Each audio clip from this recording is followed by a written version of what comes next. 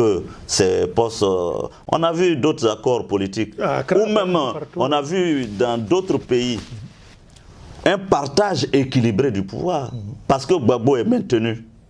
Le Premier ministre devait être issu de l'autre fraction. Mais nous avons accepté de concéder tout ça et d'aller dans le gouvernement. Malheureusement, tout ceci n'a pas fonctionné. Dans tous les cas de figure, Markoussi a été un échec parce que Gbagbo voulait gagner du temps. Tout à fait. Et rebondir. Tout à fait. Donc finalement, il y a eu Accra 1, Accra 2, plusieurs péripéties. Pretoria 1, Pretoria 2. Et finalement, Ouagadougou. L'accord de mars 2007. Vous voyez, l'accord de Ouagadougou. Tout à fait. Vous voyez que l'histoire nous réserve quelquefois des surprises. Absolument. Elle fait Ouagadougou, hier, accusé d'avoir soutenu la rébellion. C'est le même Ouagadougou qui va apporter le laboratoire de la paix, Absolument. Pour la Côte d'Ivoire. Et c'est par le Ouagadougou que vous êtes devenu ministre de la communication. Non, je deviens Premier ministre à l'accord de Ouagadougou. Mais auparavant, vous avez été ministre de la communication. Oui, à Markoussi, nous héritons de la défense et de l'intérieur. Il y a des contestations à Abidjan, nous allons à Accra, et à Accra il y a un réaménagement du gouvernement, et c'est là que la rébellion bénéficie contre la défense et l'intérieur. Nous avons le ministère de la communication. Donc vous avez été le titulaire. Voilà. Bon, ce qui nous amène à une certaine péripétie parce que vous avez échappé à un attentat. Oui, tout à fait.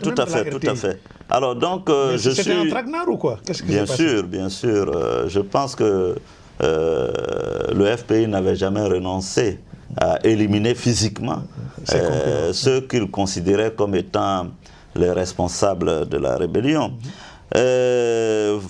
Faussement, on me fait croire que voilà, j'ai toutes les prérogatives de ministre de la communication. Vous savez, j'étais pris entre le marteau et l'enclume. La pression de la communauté internationale qui me disait « Ah oui, mais M. Soro, vous êtes ministre, vous devez assumer vos responsabilités. » Et ma conviction propre qui était celle-là, que Gbagbo et son camp n'avaient pas renoncé à m'éliminer physiquement.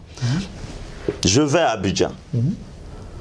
Comme tout ministre de la communication, je décide d'aller visiter les structures sous tutelle du ministère, notamment la radio et la télévision. Donc je me rends dans les locaux de la télévision. Et nous sommes encerclés par 300 jeunes à qui on indique exactement où je me trouve. Armés de gourdins, de toutes sortes d'armes, viennent, encerclent le bâtiment où je suis.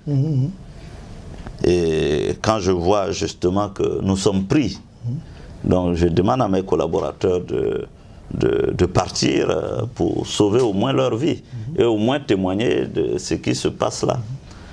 Et comment nous restons 4. Vous étiez 4.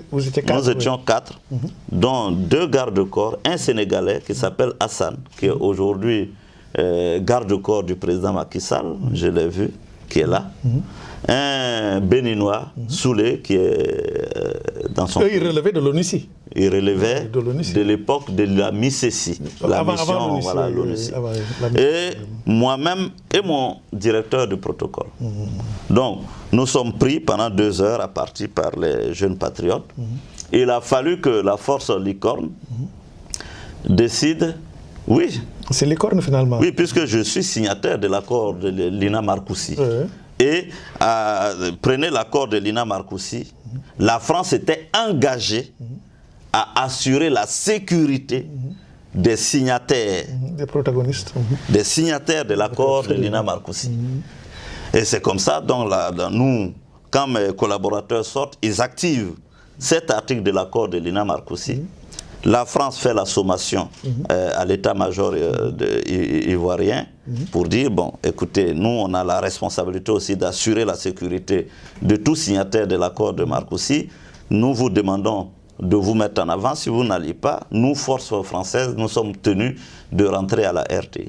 Voilà comment la gendarmerie, un jeune gendarmes, parce que le commandant supérieur de la gendarmerie réunit les officiers, semble-t-il, et il leur propose de venir m'exfiltrer de la RTI. Tous refusent, sauf un qui accepte de venir à la RTI. Il arrive avec un véhicule avant blindé qu'on appelle le VAB. Il rentre à la RTI par poste de communication interposé. Il nous localise exactement. Il vient me voir et nous le suivons pour entrer dans le véhicule blindé et nous sortons. Dans le véhicule blindé, je suis surpris. Le jeune gendarme me regarde, il me dit, et il m'appelle mon général. Quand j'étais étudiant, secrétaire général de la FESI, les étudiants avaient pour habitude de m'appeler général. Mais on vous appelait aussi Bogota. Voilà, Bogota. Le Tché, Bogota. Donc il m'appelle général. Donc je me dis, tiens, ça doit être un ancien étudiant. Il me demande si je le reconnais, je lui dis non. Et il dit, mais j'ai été votre militant à Port-Boué. Et c'est pourquoi j'ai décidé, moi, de venir vous exfiltrer. Voilà pour la petite histoire. Mais l'autre attentat, par contre, a eu pour cadre Bouaké, et c'était entre vous les rebelles. On a utilisé une roquette pour tirer sur votre Vous êtes un bon enquêteur, puisque vous dites c'est entre nous les rebelles, vous avez déjà fait votre enquête, vous avez conclu. Hein? Vous avez conclu. Non, non. Disons que, effectivement, à Bouaké, là, je suis Premier ministre. On a signé l'accord politique de Ouagadougou. Je suis Premier ministre. Je dois me rendre à Bouaké pour installer l'administration judiciaire. C'est exact, oui, je me souviens de cet épisode. Et à l'aéroport, nous sommes l'objet de tirs de roquettes sur l'avion. Où d'ailleurs il y a 2 de mes protocoles et 2 de mes gardes. Mais la provenance, pourtant on était en terrain force nouvelle. Tout à fait. Pas l'armée de Gbagbo. Vous savez, je ne sais pas, Charlie Hebdo c'était sur le sol français, mais je ne sais pas si... Non, je veux dire que Bouaké n'était pas fermé. Bouaké était ouvert. Absolument, donc n'importe quel kidam pouvait se faire. Jusqu'à présent, aucune enquête n'a pu certifier donc, et établir mais ce n'était pas le fruit des rivalités inter-FNN? Non, je ne pense pas. Je ne pense pas. Oui, il y avait des rivalités, mais je ne pense pas que ces rivalités-là aient les moyens de faire et de perpétrer un tel attentat. Sauf si elles sont armées. Tout à fait. Ouais, sauf si elles sont armées et téléguidées. Donc, tout à fait. Et financées. Et financées aussi. Et voilà. Financées. Mais donc, pour aller vite, puisque le temps nous est relativement bien compté, l'accord de Ouagadougou, sa mise en œuvre assez problématique, vous avez été Premier ministre. Oui. Sous Gbagbo. Oui, sous Gbagbo, président, mais Premier ministre Charles Konabani. Qui était le Premier ministre à l'époque? Non, Charles Konabani était Premier ministre. Voilà, oui. Et j'ai été nommé Premier ministre le 29 mars 2007. Voilà, vous avez pris le relais. Après la signature de l'accord. Mais pendant cette période, vos rapports étaient manifestement cordiaux avec Gbagbo. En tout cas, les photos, les images. Oui, une fois que nous avons signé l'accord politique de Ouagadougou. Cordiaux, hein, visiblement. Ah oui, mais une fois que nous avons signé l'accord politique de Ouagadougou, ce n'était pas Guillaume, secrétaire général du MPCI, c'était Guillaume Soro, Premier ministre de la République. Et chacun jouait sa responsabilité institutionnelle. Pourtant, à un moment donné, on soupçonnait même une certaine complicité, tellement vos rapports étaient cordiaux. Oui, mais c'est... Correct ou courtois. Je veux bien. Sauf que les institutions n'ont pas à s'affronter ni à être dans la confrontation. Les institutions, c'est la complémentarité. Absolument. Quand je suis le Premier ministre de Gbagbo, il est mon chef. Absolument. Donc, quand il est mon chef, je me comporte comme le subordonné. Vous comprenez? Absolument. Mais pas comme l'antagoniste. Je suis Premier ministre. Et lui, il est président. Sur la base des... Voilà, donc nous avions des rapports plutôt, je dirais, normaux de président à Premier ministre. Après, on est allé aux fameuses élections de 2010. Voilà. Oui. Alors, entre-temps, l'armée a changé de visage. Parce qu'on s'est retrouvé avec des officiers extrémistes que vous avez beaucoup dénoncés, comme l'amiral Fossignon, Bruno, voilà, Conan, de la garde républicaine. Oui. Parce qu'entre-temps, Gbagbo a fait le nécessaire pour donner un autre visage à l'armée. Bien sûr, il est le chef suprême des armées à l'époque. Mais comment expliquez-vous le comportement de ces officiers qui ont fait Saint-Cyr, qui se sont comportés de façon aussi radicale? Non, mais écoutez, à mon avis,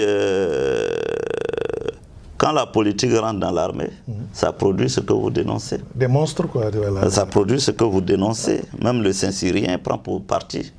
Donc, nous allons à cette élection. Le plus important, c'est que Gbagbo la perd, l'élection. Et il refuse de l'admettre. Il refuse de l'admettre. Il refuse de reconnaître sa défaite. C'est de là que part la crise post-électorale. Et ma responsabilité en tant que Premier ministre, qui était maître d'œuvre de l'élection, était de dire au peuple ivoirien qui avait gagné l'élection. Et j'ai pris ma responsabilité pour rendre ma démission. Mais sur ce point-là, il y a eu un épisode aussi intéressant, parce que vous avez reçu un coup de téléphone de Madame Gbagbo, la deuxième épouse, Nadi Bamba, la musulmane, qui vous a appelé. Parce que, semble-t-il, vos rapports étaient bons. Oui, bien sûr. Meilleur qu'avec Simone? Bien sûr, bien sûr. Meilleur, avec Bamba, ça passait mieux qu'avec Simone. Alors, mais vous avez flairé un piège, vous n'avez pas voulu aller au palais, à un moment donné. Non. Gbagbo voulait une ultime rencontre avec vous, pour arrondir les angles. Non, non, alors, voilà comment ça se passe. Quand la commission électorale indépendante, faisant son travail, veut proclamer les résultats, vous avez vu à la télévision, M. Damana déchire les procès. Absolument, devant les caméras. Devant les caméras. Ma responsabilité, en ce moment de Premier ministre, est d'aller dire à M. Gbagbo qu'il a perdu l'élection. Je me rends à son domicile pour le lui dire. Il promet me rappeler, il ne me rappelle pas. Donc la situation se cristallise. Effectivement. Voilà, nous sommes en pleine crise. Moi, je retourne à l'hôtel du Golfe, où donc je rends ma démission, je décide de soutenir le président, pour moi, élu, qui est M. Ouattara. Alassane Ouattara. C'est dans cette période que Gbagbo et moi, nous avons un échange téléphonique. Voilà, c'est ça que... Je dis au président, puisque le Conseil constitutionnel venait de proclamer d'autres résultats, résultats autres que les résultats de la CEI. Donc il y avait deux institutions de la République qui proclamaient des résultats différents. Donc j'ai dit à M. Gbagbo que ce n'est pas acceptable, ce n'est pas le rôle du Conseil constitutionnel de proclamer les résultats. Et il me propose effectivement une rencontre pour que nous puissions harmoniser. Voilà.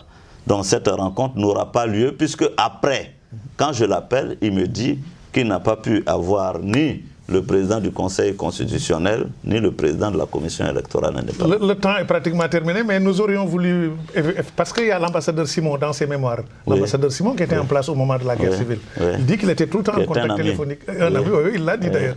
Il était en contact téléphonique. Est-ce qu'il n'a pas un tout petit peu donné un coup de pouce à la manœuvre stratégique?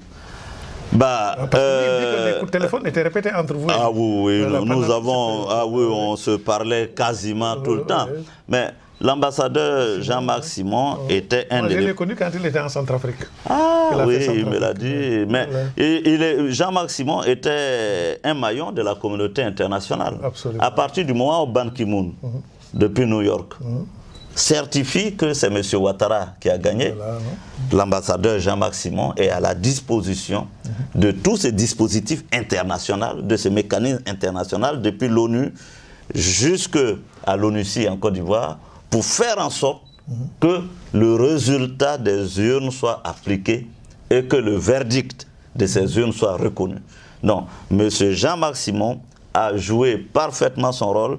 Nous avions une certaine complicité et je pense que c'est ce qui a permis aussi de faire de vrais progrès vers la voie de la restauration du vote du peuple ivoirien. Merci, Monsieur le Président. Merci, c'est dommage qu'on ne soit pas allé au bout de cette interview parce que ça pourrait même constituer un document d'archives. Absolument. Rarement, je n'ai sorti des éléments que j'ai sortis aujourd'hui. Merci beaucoup, Monsieur le Président. Voilà, merci.